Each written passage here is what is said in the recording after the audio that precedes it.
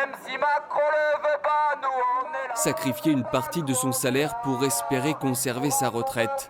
Depuis le 5 décembre, Erwan comptabilise une vingtaine de jours de grève. Malgré une perte conséquente de son revenu, cet enseignant n'est pas prêt de rendre les armes pour faire retirer le projet de réforme des retraites. C'est pas parce que le gouvernement adopte cette réforme en force au 49.3 en empêchant aux parlementaires de s'exprimer, de débattre, qu'on va rentrer chez nous et dire bon bah on arrête de se mobiliser. Monsieur Macron, il a sans doute le plus long mouvement social depuis les Gilets jaunes qui est reparti avec la réforme des retraites. On rentrera pas chez nous et je pense que s'il lâche pas sur la réforme des retraites, il y aura un mouvement social jusqu'à la fin de son quinquennat. Dans le cortège, beaucoup de pancartes et de slogans dénoncent le recours au 49.3. Cette mesure a été prise par le gouvernement pour adopter le projet de réforme des retraites sans vote à l'Assemblée nationale. Mais pour Julie, pas question de capituler. On ne peut pas en fait avoir des élus qui ne nous prennent pas en compte. On demande du dialogue social. À l'Assemblée nationale, les députés réclament aussi du dialogue social.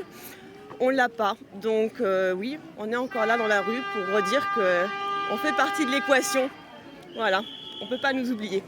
Ludwig enchaîne aussi les journées de grève et de mobilisation depuis début décembre. Aujourd'hui, il conserve lui aussi l'espoir de voir le projet de retraite abandonné. Il y a certaines choses, même si on savait à l'avance que c'était fait, comme l'âge pivot qui a été pseudo-retiré. Donc il y a quelques petites victoires.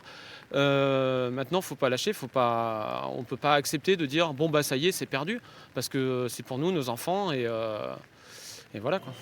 Ils étaient un peu plus d'une centaine dans les rues de Sens à demander ce matin le retrait du projet. Certains ont déjà prévu de se retrouver le 31 mars pour la nouvelle journée d'action intersyndicale. Il y a encore des blessés.